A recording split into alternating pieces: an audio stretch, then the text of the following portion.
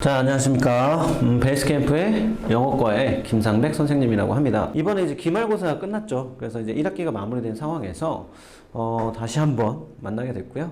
기말고사에 대해서 좀 간략하게 분석해 드리고, 그리고 앞으로 좀 어떻게 해 나가야 좀 여러분들한테 도움이 될 수 있는지 좀 그런 부분들 같이 한번 좀 살펴보는 시간을 좀 가져볼게요. 1학기가 이제 마무리된 상황입니다. 이미 뭐 성적표를 다 받았을 테고요, 친구들은. 그래서 뭐 학기에 첫 학기에 이런 등급이 벌써 나왔을 텐데요. 뭐 만족하는 친구들도 있을 거고, 그 다음에 좀 많이 좀 아쉬움이 남는 친구들도 있을 텐데, 일단 기말고사가 어떻게 출제됐는지 좀 한번 살펴볼게요. 시험 범위부터 한번 살펴볼게요. 자, 시험 범위는 교과서 YBM 한상호였죠. 그래서 3과와 4과의 본문 내용, 그 다음에 단어 교재 학교에서 사용하고 있어요. 워드마스터 수능 2000이라는 단어 교재 사용하고 있고요.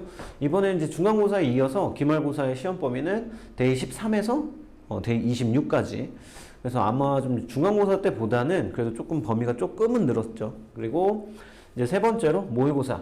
모의고사 지문들인데 보통은 당해년도, 그러니까 올해가 22년도잖아요. 그래서 22년도에 6월 모의고사를 사용하는 게 일반적인데, 이번에는 좀 아마 기말고사 시기와 그 다음에 6월 모의고사의 시기 그 사이의 간격이 그렇게 많지 않았어요. 그렇다 보니까 좀 학교 선생님들께서 좀 당해년도, 그러니까 올해 6월 모의고사 출제하기에는 조금 부담을 느끼신 것 같아요. 그래서 작년 6월, 21년 6월 모의고사를 시험 범위로 채택하게 됐죠. 그래서 이렇게 공부를 했어야 됐고요. 그 다음에 학교에서 사용하는 독해의 부교재죠. 올림포스 독해의 기본 1 교재 유닛 11에서 17까지가 시험 범위였습니다. 뭐 타 학교에 비해서 굉장히 시험 범위가 좀 많은 편이에요. 그래서 아무래도 물론 뭐 학교의 특성상, 학교 시험의 특성상 주관식 시험은 없더라도 다 전부 다 객관식 시험이기는 하더라도 굉장히 좀 꼼꼼하게, 내용을 좀 꼼꼼하게 좀 살펴봐야 하는데, 범위가 많다 보니까 좀 친구들이 그 부분에서 좀 많이 어려움을 느꼈던 것 같아요. 일단 문제 구성하고 유형을 좀 살펴볼 건데, 뭐 중간고사 때 하고 변함이 없습니다. 변동이 없어요. 시험 범위만 바뀌었다 뿐이지 시험의 유형이라던가 시험의 특성에 있어서는 큰 변화가 없었습니다. 그래서 일단 1번에서 5번까지가 듣기 문제 유형이었고요. 모의고사, 좀 더 시험 범위였던 모의고사에서 출제가 됐습니다. 뭐 당연히 선택지가 다 전부 다 영어로 이루어져 있고요. 그리고 모두 고르세요라는 문제가 있었기 때문에 좀 더 듣기 내용을 미리 숙지하고 그 다음에 시험 볼 때에도 듣기를 좀 잘 듣고 문제를 좀 풀었어야 합니다. 자, 그 다음에 6번에서 이제 13번까지가 이제 어휘 문제. 여기서 말하는 어휘 문제라는 건 우리 어휘 부교재 사용하고 있잖아요. 그렇죠? 그래서 워드마스터 수능 2000에서의 시험 범위에 해당했던 그 엄청나게 많은 단어들, 그 중에서 이렇게 문제가 출제가 됐었고요. 뭐 영영풀이라든지 아니면 또 교재의 예문을 활용해서 좀 다양한 유형으로 문제가 출제됐어요. 그래서 다시 한번 좀 당부드리고 싶은 말은 어휘부교재의 그 표제어 있잖아요. 그래서 그 표제어뿐만 아니라 좀 구석구석 들어있는 뭐 유의어, 반의어라든지 파생어라든지 아니면 뭐 예문까지도 좀 꼼꼼하게 좀 다 살펴봐야 하는 그런 시험이었어요. 그 다음에 이제 14번부터 이제 기본적으로 수능의 유형으로 이제 문제가 출제가 되죠. 수능의 유형으로 문제가 출제가 됐고요. 뭐 교과서 3과 4과 이렇게 두 개의 문제씩 일단 출제가 됐습니다. 그래서 어법과 뭐 브릿지, 내용 브릿지죠. 그리고 4과에서의 브릿지와 그 다음에 4과에서의 어휘 이렇게 물어봤었고요. 여기 모두 고르기라는 또 문제가 나오죠, 또. 그래서 시험이 마냥 쉽지만은 않다. 좀 그렇게 이해를 하고 있으면 될 것 같아요. 자, 그리고 나서 이제 올림포스의 문제가 이제 나오기 시작해요. 그래서 연결어 추론, 그 다음에 뭐 순서, 어법, 주제, 뭐 기본적으로 다 우리가 수능 모의고사에서 볼 수 있는 그런 유형들이죠. 그리고 마찬가지로 계속해서 올림포스의 문제가 출제가 됩니다. 특이하게 좀 모의고사가 이번에 좀 굉장히 적게 출제가 됐어요. 단 3개의 지문만 출제가 됐는데, 뭐 그 3개 출제가 되는 것도 지칭 추론이라든지 빈칸 추론, 그리고 주어진 문장 넣기, 그래서 기본적인 수능의 유형으로 출제가 됐고요.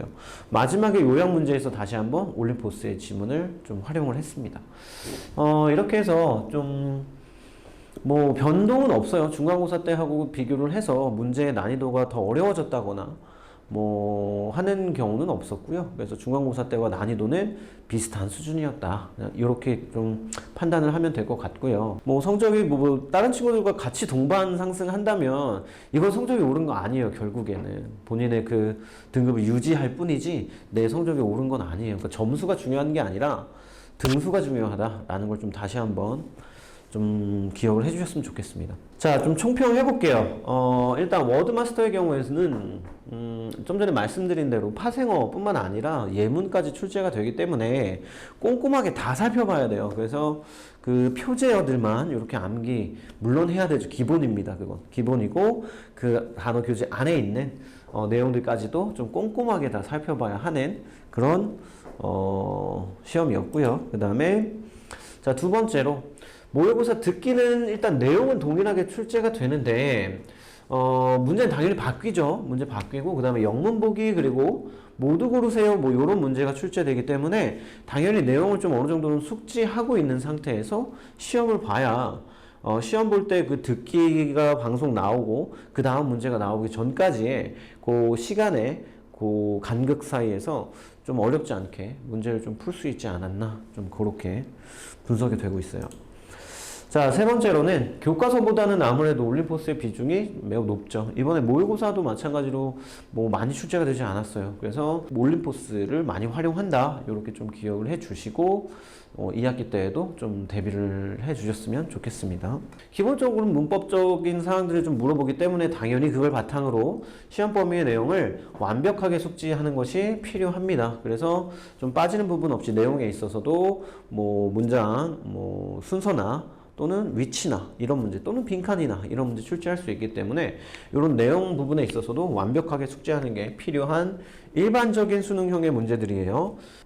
하지만 범위 내 질문들이 거의 변형 없이 또 출제가 돼요. 그러니까 또 마냥 이렇게 우리가 어렵다라고만 생각할 게 없는 게 변형이 되지 않기 때문에 지문 변형이 되지 않기 때문에 기본적인 학습을 충실하게 하면 시험에서 큰 어려움을 느끼지는 않을 것 같아요.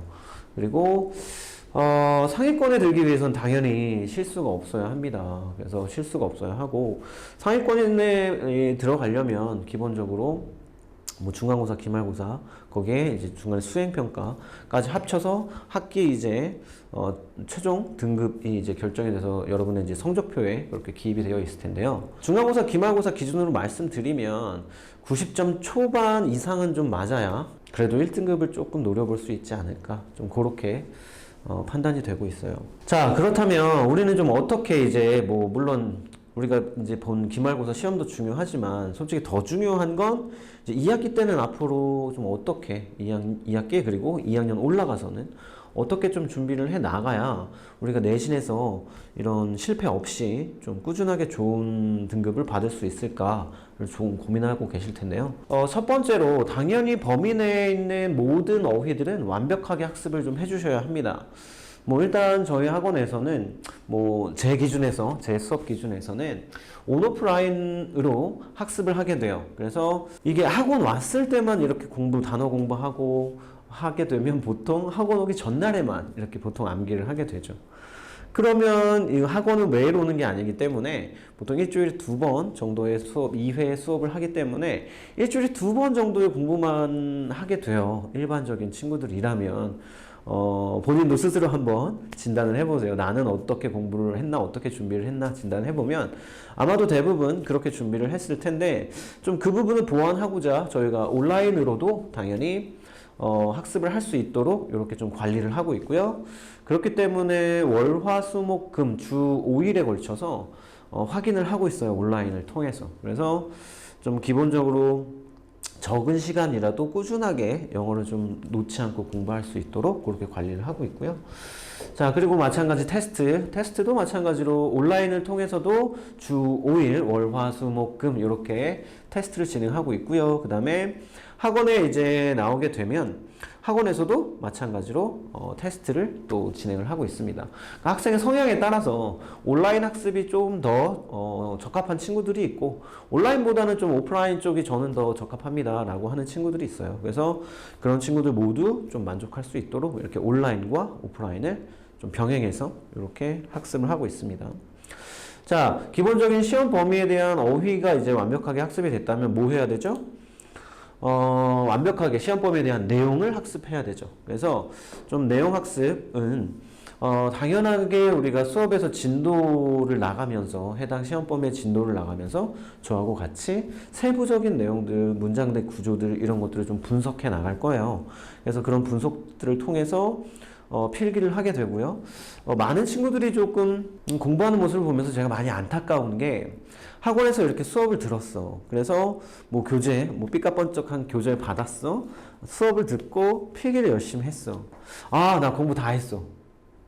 라고 착각하는 친구들이 많아요. 근데 필기를 했다고 해서 공부가 끝난 게 아니라 그런 필기의 내용들을 모조리 다 머릿속에 넣어야 그래야 좀 학습이 마무리가 된 거죠. 그래서 좀 그런 복습이 굉장히 필수적으로 이렇게 친구들이 해야 하는데 대부분의 친구들은 그냥 필기한 거로 만족하고 아, 나 공부 다 했어 이렇게 좀 만족하는 친구들이 있더라고요. 자, 뭐 당연하게 저와 수업을 하게 되면서 해석 연습을 당연하게 하게 됩니다. 그래서 각자 스스로가 좀 해석 연습을 하게 되고요. 그리고 내용 요약을 하게 돼요.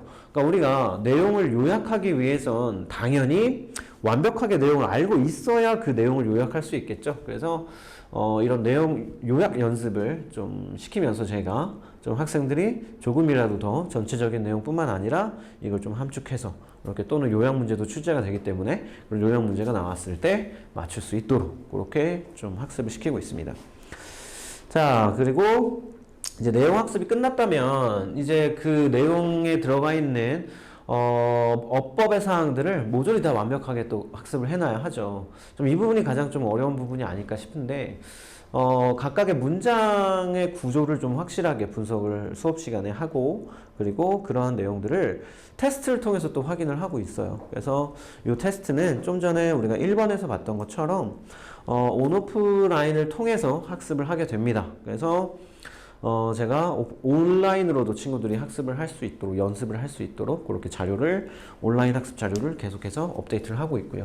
그리고 마찬가지로 테스트를 또 통해서 친구들이 제대로 학습을 하고 있는지 학습을 했는지 이렇게 확인을 좀 하고 있습니다. 암기의 가장 좋은 방법은 뭐라고 하죠? 암기의 가장 좋은 방법은 테스트예요. 그래서 테스트를 보면서 내가 이 부분을 암기했는지를 확인할 수 있고 그런 테스트를 준비하기 위해서 또 열심히 또 암기를 하게 되죠. 그래서 테스트를 통해서 좀 더 친구들이 적극적으로 좀 학습할 수 있도록 그렇게 도구를 제가 제공하고 있습니다. 자, 그 다음에 이제 네 번째로 이런 충분하게 이러한 시험 범위의 모든 부분들이 준비가 됐다. 그렇다면 이제 변형 문제들을 좀 풀어봐야 합니다. 그래서 변형 문제를 통해서 내가 학습한 내용을 문제에서 내가 적용해서 답을 찾을 수 있느냐 이걸 좀 계속해서 확인을 해야 하고 뭐 아시다시피 지금 학교 시험의 문제가 일반적인 수능의 형태잖아요. 그래서 일반적인 수능의 형태로 모든 유형으로 다 변형을 해서 문제를 제공해주고 있습니다. 자, 이 변형 문제 같은 경우에도 그래요. 개인별로 수준이 다르기 때문에 어떤 친구는 가령 뭐 교과서 예를 들면 교과서 한 개 과에 해당하는 변형 문제 뭐 한 100문제 정도면 충분하게 학습이 되는 친구도 있는 반면에 더 많은 연습이 필요한 친구들도 있어요. 그래서 저 같은 경우는 개인별 상황에 따라서 충분하게 학습을 할 수 있도록 끊임없이 변형 문제를 제공해주고 있습니다. 그래서 저와 공부하는 친구들이 선생님 저 이제 완벽합니다 라는 말이 나올 때까지 계속해서 변형 문제를 제공하고 있기 때문에 시험을 준비하는 데 있어서 물 샐 틈 없이 이렇게 완벽하게 좀 준비를 해 나갈 수 있는 것 같아요. 자, 이렇게 해서 우리가 이제 1학기를 마무리하게 됐어요. 그래서 모두들 고생 정말 많았고요. 중요한 건 일단 결과가 이미 나온 상황에서 이미 나온 결과를 우리가 바꿀 수는 없잖아요. 그래서 결과에 대해서 아쉬움을 좀 느끼고 있는 친구들이 있다면 거기에 머무르지 말고 앞으로 그럼 어떻게 하면 내가 더 나아질까 좀 더 초점을 맞춰서 2학기 내신 대비 또 선생님 방금 설명한 것처럼 이런 도구들, 이런 방법들을 통해서 열심히 좀 준비를 해 나간다면 1학기에서 좀 느꼈던 아쉬움을 충분히 만회할 수 있는 그러한 시간이 되지 않을까 싶습니다.